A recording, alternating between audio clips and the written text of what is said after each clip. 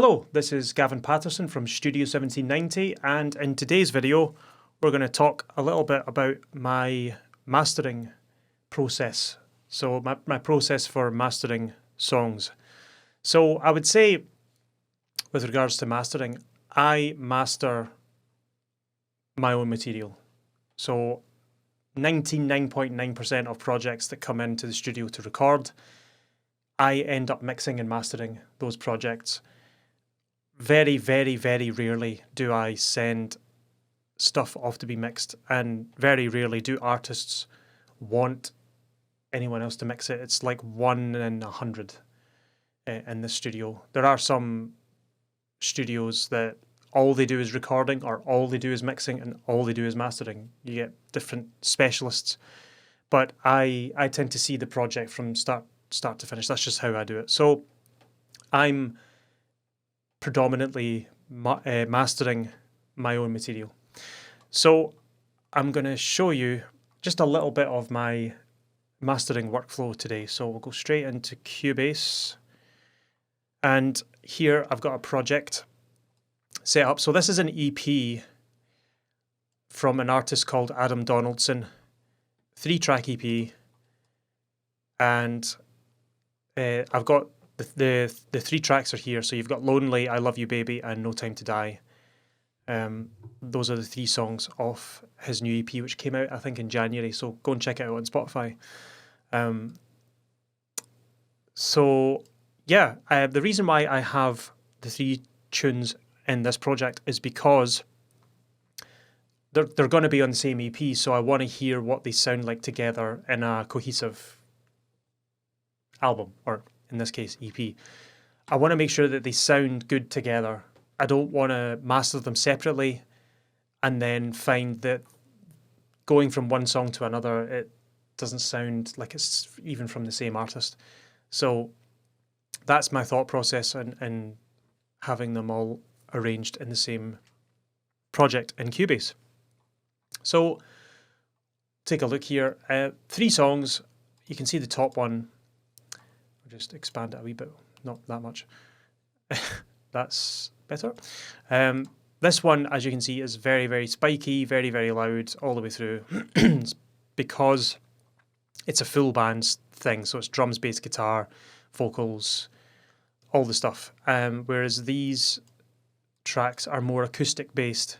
So they're going to have different mastering processes for each track. It's not going to be the same copy-paste thing.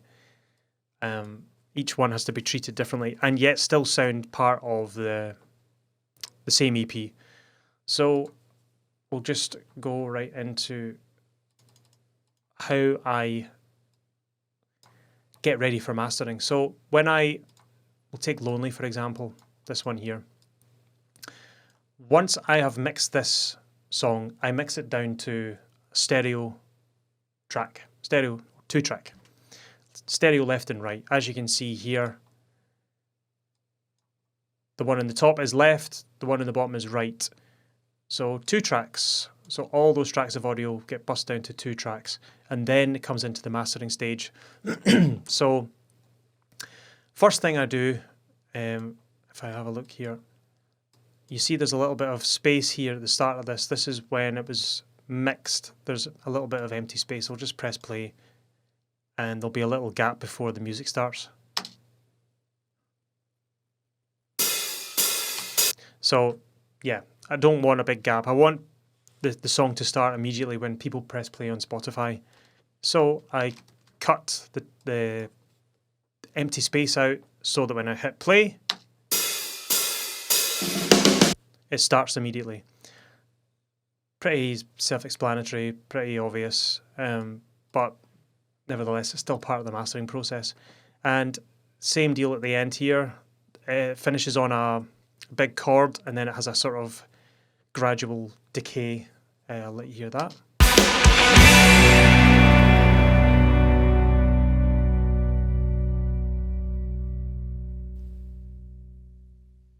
And here you can see this fade happening. So I've faded out the last sort of couple of seconds.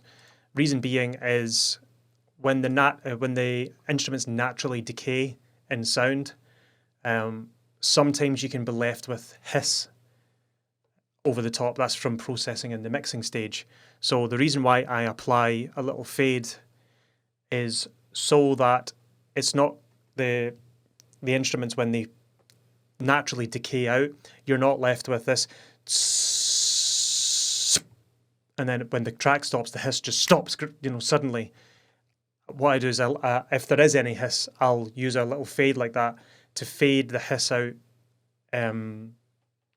musically, so it sounds natural rather than just this.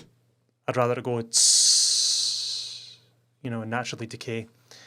That's the idea anyway. So, and I also have an end point for the song. So when I highlight in Cubase, when I highlight the audio and press P, it brings in the markers up the top, and that gives me the length of the song. So that means when it gets to, in this case, bar 69, that is the end of the song. And that's at the point where Spotify will play the next tune. So you've got to make sure that there's enough time there. You don't want to cut it too short so that the next song doesn't come in too quickly. You've got to think about how these songs will stack up with other songs around about them, even in a shuffled Spotify playlist.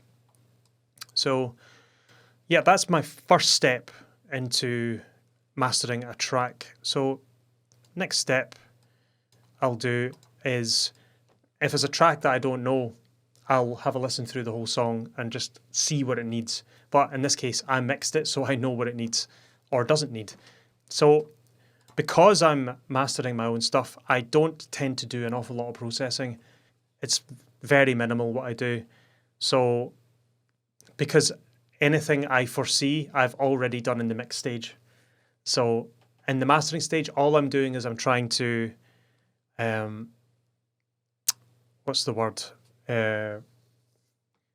just put the final icing on the cake, just to make sure that it all sounds nice together. All the tracks sound nice together on the EP or the album, and it sounds nice on as many sets of speakers as I can get my hands on. So the first thing I've got here going is a little high-pass filter on anything below 32 Hz. That's the low-end rumble stuff, which I'll demonstrate how that sounds, hopefully with this Bell EQ. So I'll click solo and press play, see if you can hear it.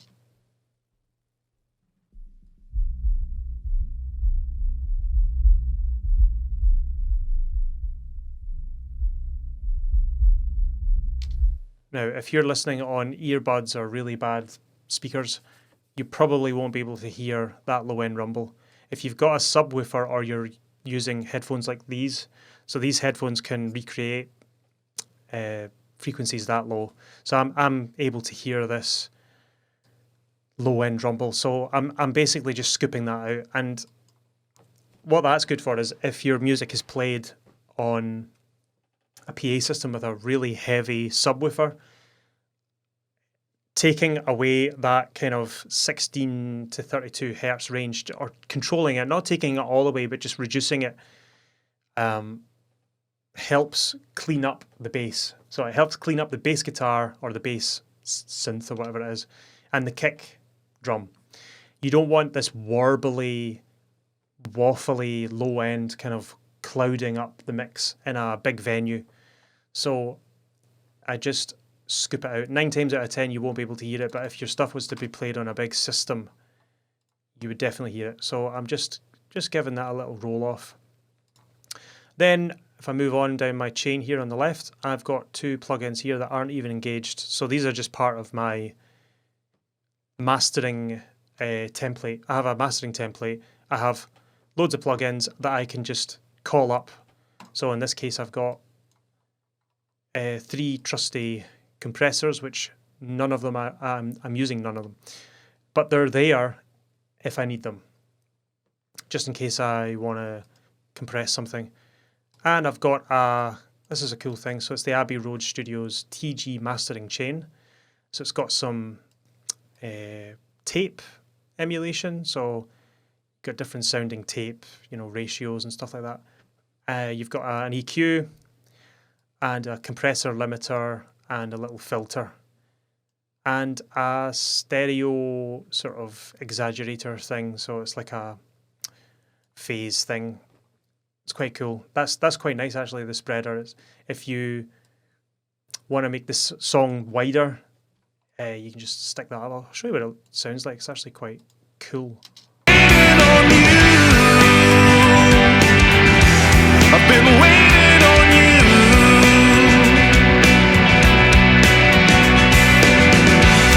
Yeah, I've been. Yeah, so all it does is it increases and decreases the volume of the stereo information. That's basically all it does. So when you bring it down, all it does is decrease the stereo image, and when you increase it, it increases the volume of the stereo image. I think it does other stuff as well, but it's nice to do if you're wanting a little bit of extra scope and 3D image. It's nice to just throw in there. But I'm not doing any of that, so I'll just turn that back off again. So the next thing I'm hitting after the little low end rumble remover, a little bit of EQ. So I'm adding, half a dB of 3K and 2 dB of 10K on some EQ. So this is the FGA, which is modeled after an API EQ. It's a really nice, subtle EQ. It's not too harsh. I'll just show you what that sounds like with and without. So this is it with.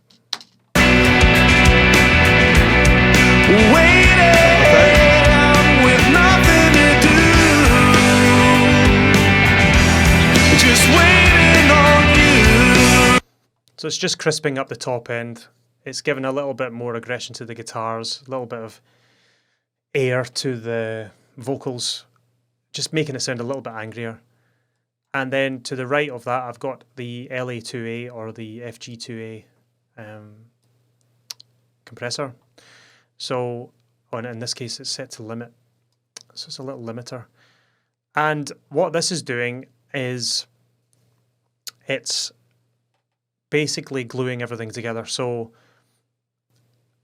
when you turn it off, the song sounds fine without it, but I think I put this in to just create a little bit of energy. It just wasn't exciting enough.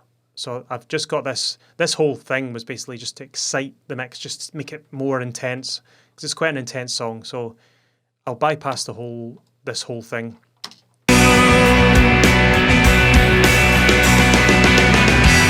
It feels like time is slipping away.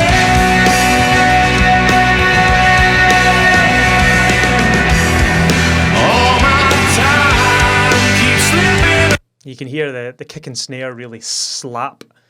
This thing just makes it sound immediate, really energetic. So if you just see some of the settings here. So it's doing about 5 dB of gain reduction. Yeah, like 5-6 dB of gain reduction. But I've only got it set to 20%. So it's not, I'm not hearing the full thing. I'm parallel compressing basically. So I'm just getting a little bit of a flavor of it. Otherwise it would be too much. So if I put up to 100%, you'll see.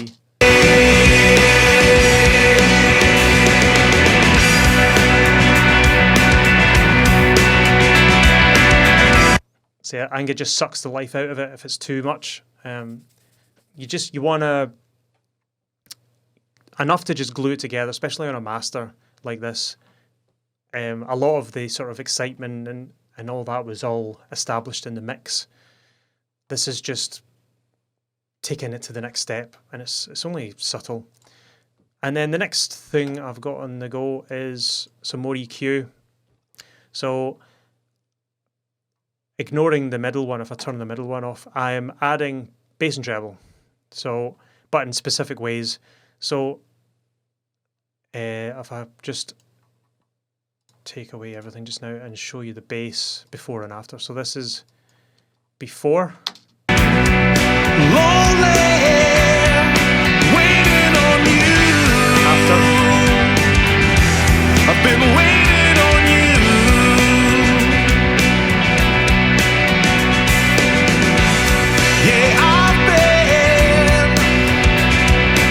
So it's given a bit of beef to the bass and the kick, just giving it a wee bit more power. Reason being, I've probably sat with this mix on a few different speaker sources, and I've got these headphones come with emulation, so I can emulate the sound of different rooms. I'll just show you a little bit of what that looks like just now. So it's called the VSX Slate headphones. So this is what it looks like. So I can basically emulate the sound of all these different rooms. So I can hear through these speakers, or these speakers, or any of those speakers just by clicking these buttons. And it's like I'm playing my music through those speakers into the headphones, as if I'm sitting in those rooms. They're really cool headphones. Same, another studio, even a mastering studio, a car, an electric car, an audio listening room, a club venue. So, this is good for hearing your low ends. Make sure that they're not unruly or muddy or anything. A boombox, of all things, and other sets of headphones. So you've got earpods for, Apple AirPods or whatever they're called, and the Audio-Technica M50s. There's another one. So you can listen to what your mix sounds like on all these different. Like, it doesn't sound 100% like being in these rooms, but it's like 95%, and that's enough to tell if your mix is working in these spaces. It's really amazing software. If you don't have a good control room, I highly recommend these headphones. This is Slate VSX headphones, and they are great for figuring out problems in your mix. So yeah, I've added this bass here, probably because it was maybe a bit lackluster in some of these emulations. I'm adding a little bit of presence, so that's like 3K, yeah, 3K with a wide Q. I'll show you what that sounds like.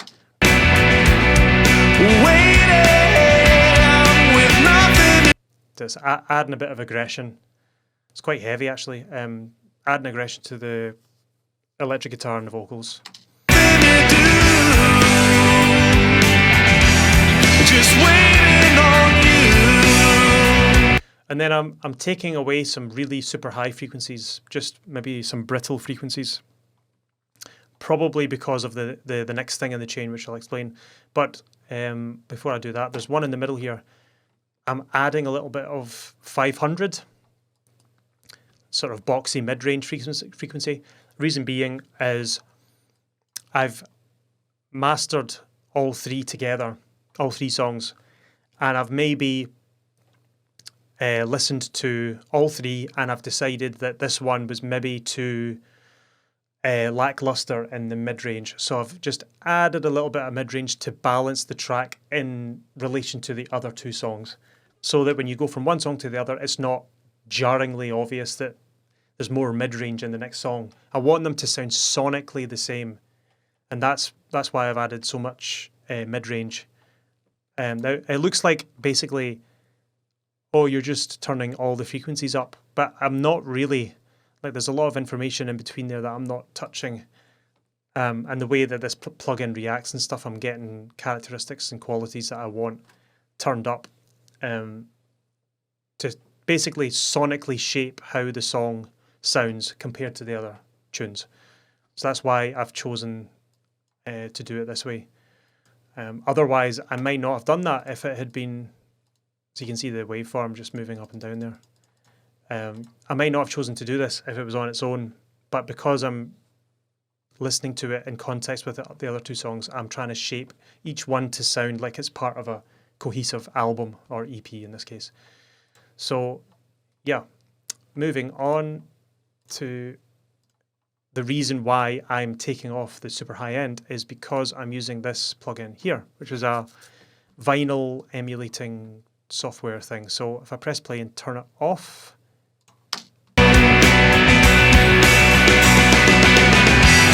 It feels like time is slipping away.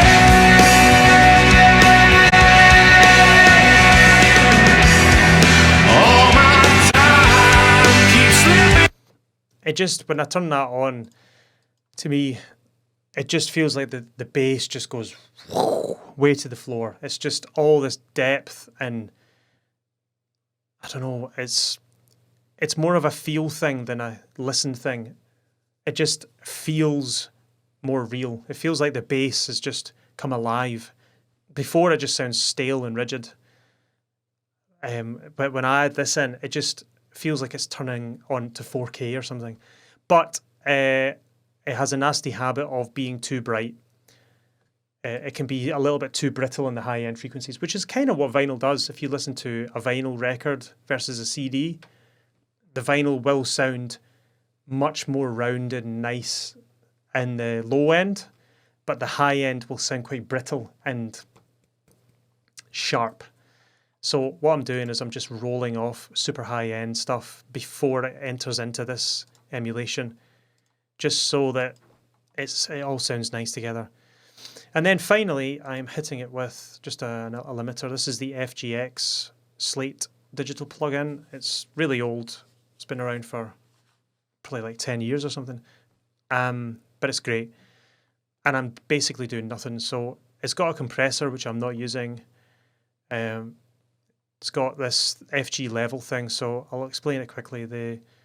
You've got a transient shaper. So if you turn the low one up, it'll shape the transients. That's the impact of a note on the low frequencies, and then the high frequencies as well. So your crack on your snare drum or your hi-hats will become more exaggerated with this one, and the sort of plectrum on a bass guitar or your kick pedal on a kick drum on a drum kit will be exaggerated with this one. Reason why you would want that is because when you push a limiter, you can lose some clarity in your transient. That's your impact of a signal. You can lose that with a limiter, and these sort of help shape it and bring it back a little bit. Then you've got your gain knob, which is just your gain. Pretty self-explanatory. I've got a gain, constant gain monitoring. What that does is I can increase the gain, but it doesn't increase the volume. It means that I can edit with this plugin and edit all my other plugins without increasing volume and tricking myself into thinking that it's better when it's just louder.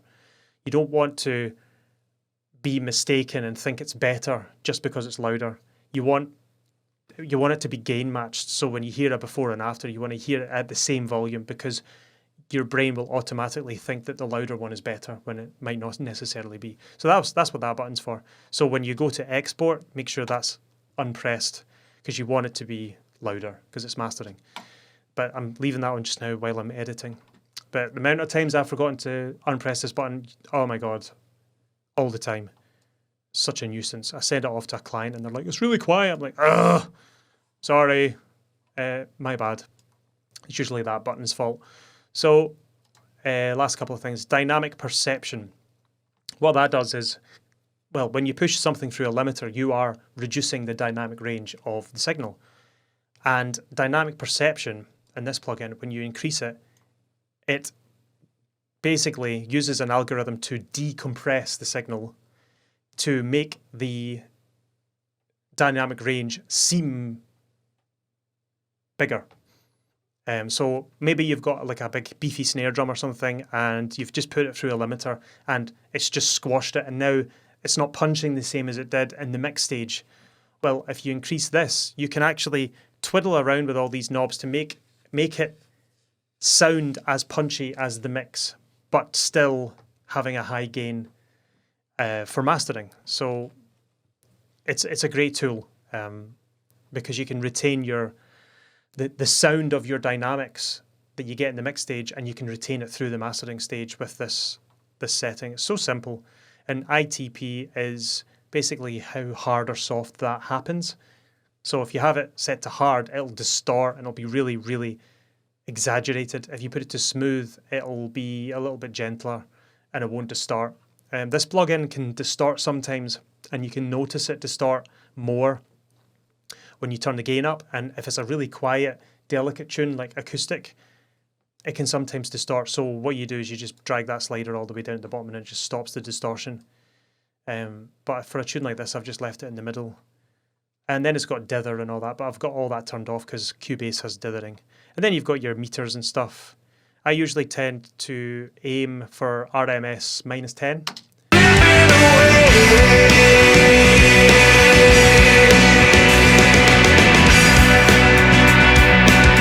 Yeah, that's about right. I don't usually go much over that. And peak -0.1, because you don't want to go above 0. That means it's digitally distorting or clipping, and I don't want to do that.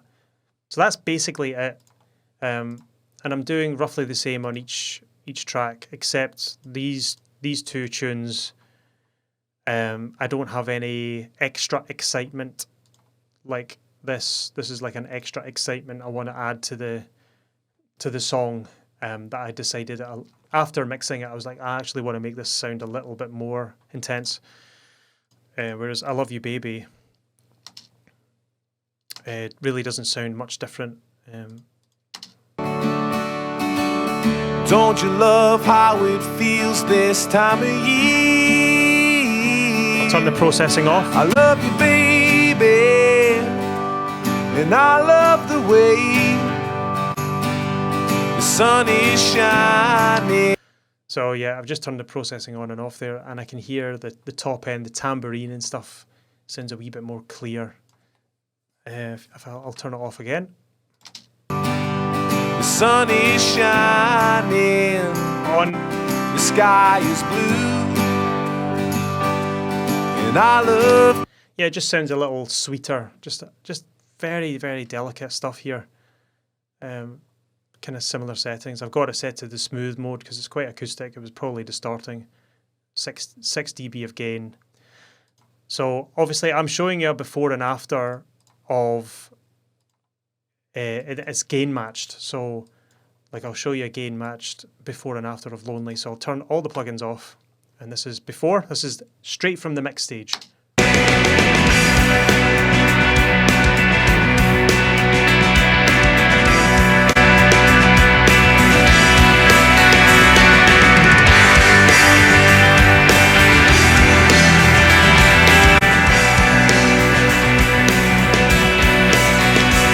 So there's a little bit of gain there. You see it was a wee bit louder. That's probably because I didn't gain match it exactly the same, which doesn't really matter. But if I turn this off, this is it going to be mastering level. So I'll turn everything off.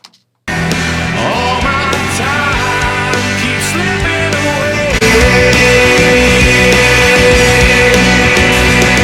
So that volume you're hearing now is the genuine volume that's going to be used for the final track. So yeah, it's important to have that on when you're making decisions before and after all the time.